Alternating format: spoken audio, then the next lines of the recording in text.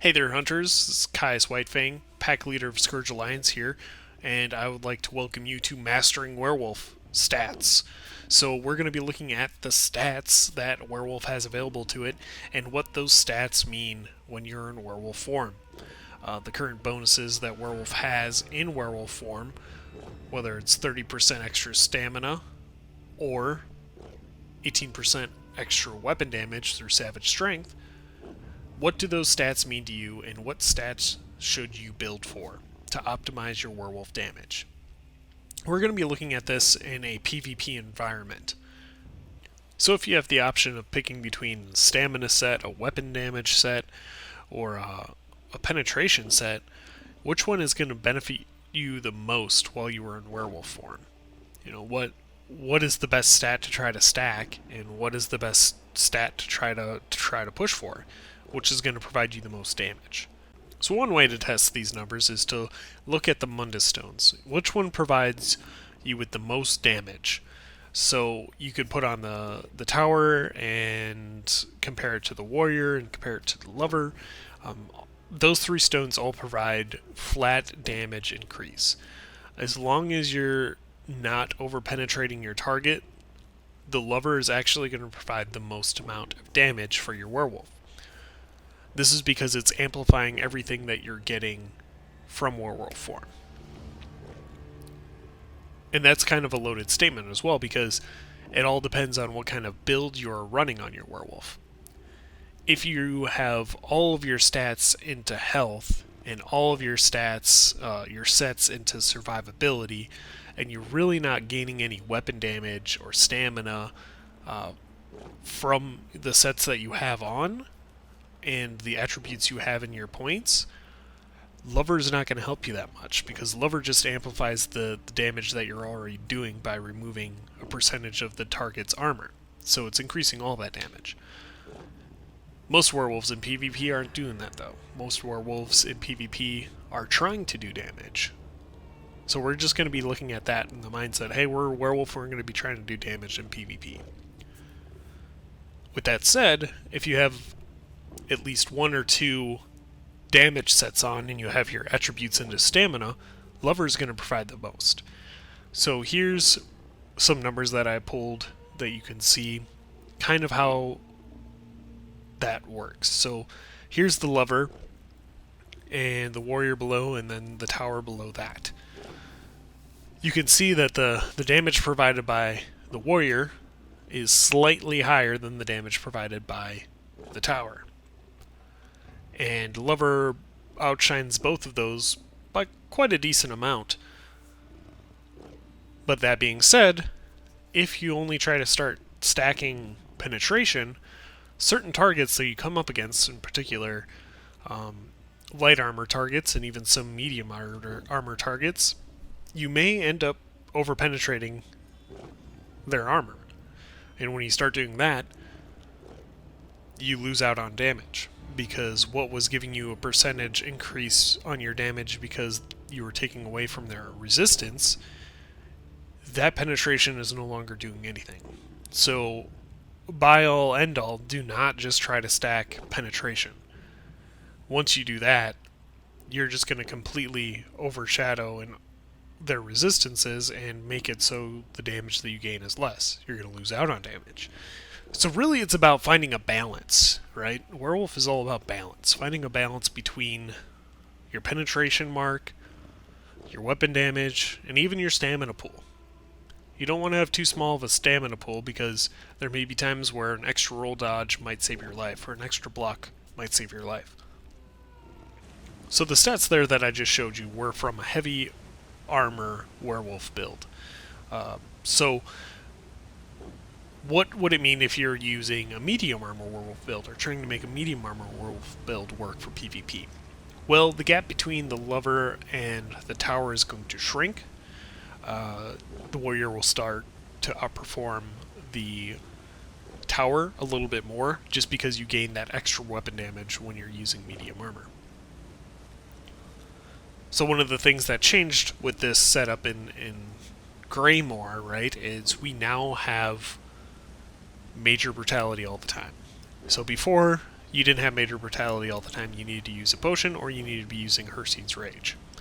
Both of them would reduce the amount of healing that you could do, or the amount you could heal, because you need to be using a potion that provided that buff for you. So either way, it hurt your survivability in werewolf form. So looking at Greymoor, now that we have the major brutality at all times, no matter what, that's a really good thing, because now we can treat that extra weapon damage as permanent status, right? It's not something that would just be up sometimes. That's why some people might have chose to wear like Hulking Draugr, right, before, because it just gave them max stamina all the time. They could have that permanent uptime on that extra damage. So to them, that was a better bonus than having another set give them extra weapon damage for a short period of time, or a lingering amount of weapon damage over a long time, because they wouldn't have that major brutality up all the time. So they might be losing out on damage, because they always had the extra 30% stamina up. But now, when you look at Greymoor, we have that built-in weapon damage. So weapon damage is definitely the go-to for a reliable source of damage, right after putting in Lover. So as far as looking at the Lover and penetration values for PvP, I would say you want to look around 12k penetration is basically as far as I'd want to take that in PvP. You could push it higher. You could go even higher for tankier opponents, but remember, you're going to lose out on damage on opponents that have lesser armor values. So to me, it's more important to find the ability to have a good, solid penetration number that I can count on, and then after that, rely on stacking weapon damage and then stamina. Another place that we can diversify our stats is in our weapon trait choices. So if we're running a two-hander for our werewolf build, you're going to see that if you're running sharpened, you're going to do more damage. But if you're running a nerd-honed, your damage isn't too far behind, and you may not have to worry about over-penetrating your target. Now, if you're looking at a dual-wield setup, you gain something a little bit different than in a two-hander setup. So, let me show you. You can use a nerd hand and a sharpened offhand, or you could use two sharpened weapons. So let's look at the stats on those. As you can see, nerd-honed sharpened is barely behind the sharpened combo. But once you start gaining extra penetration, say you add a major fracture to your target, well, now the nerd-honed sharpened combo will do more damage, because that extra penetration that you have on your build, it benefits that nerd-honed more than that extra penetration one. So you get more raw stats to amplify. So that's a different way to look at things, is you don't want to just go all in on one, because everything feeds off each other. In werewolf form, it's all about balance. So how does building a werewolf differ from building a human, or human form play? So a werewolf can rely more on their penetration to increase their damage than other builds can. And this is because werewolf and werewolf's survivability does not matter how much weapon damage or stamina you have, right? They don't have abilities that scale off of their max damage and max stamina. Their heal strictly comes from their max health. And how many times they can use the ability, right, comes from their magicka regen or their magicka pool. So when you have a werewolf character, you could potentially put a lot more points into your penetration and a lot more of your stats into penetration than if we were to be a human form and do the same thing and lose out on survivability. Because a human form, they'd gain just as much damage, putting as much into their penetration as a werewolf build, but they'll lose out on survivability. Werewolf does not lose out on any survivability by putting their points into penetration. The one thing I see a lot of werewolf players do, or werewolf PvPers do, is they are not looking at their penetration enough. They see the extra weapon damage that a werewolf can get, and they see the extra stamina that a werewolf can get, and they kind of neglect their penetration.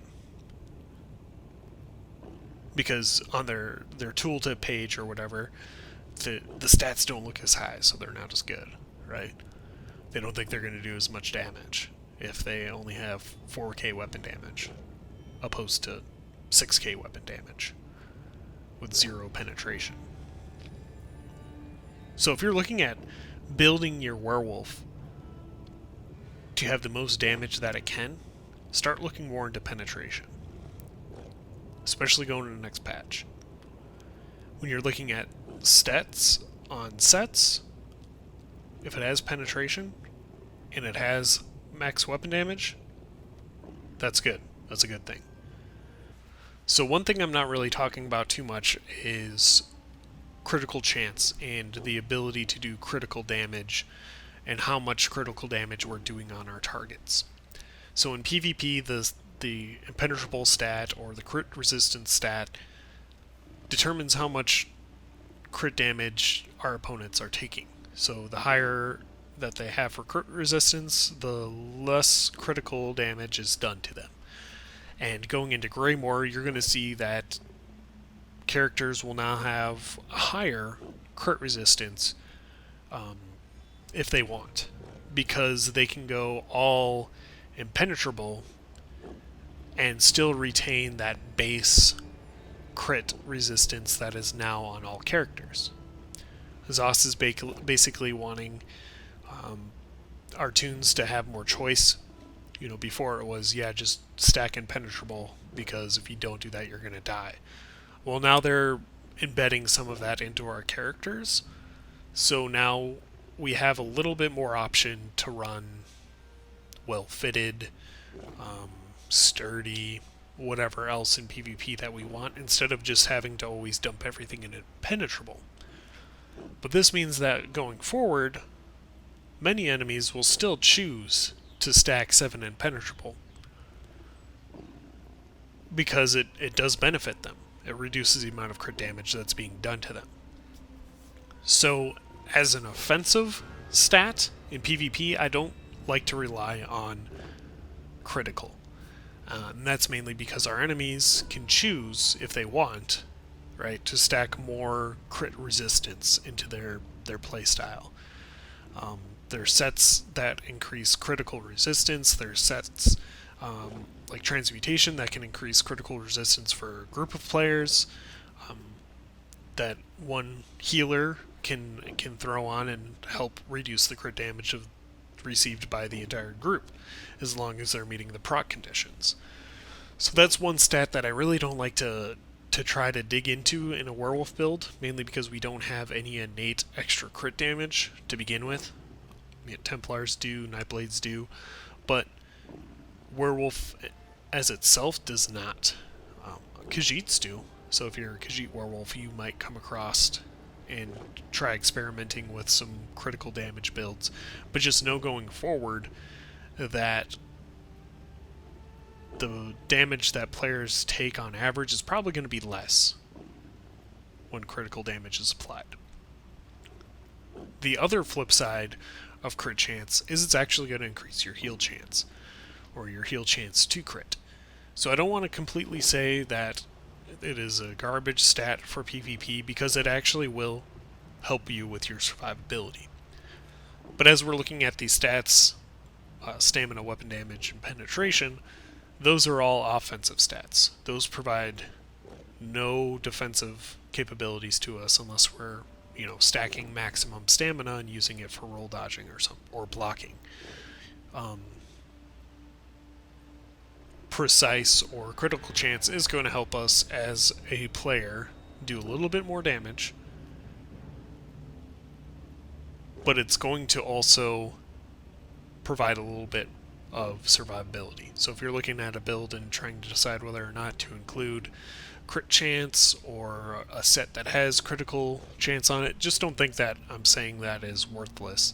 There is some merit of having that critical on your werewolf build. Alright, that brings this Mastering Werewolf stats video to an end.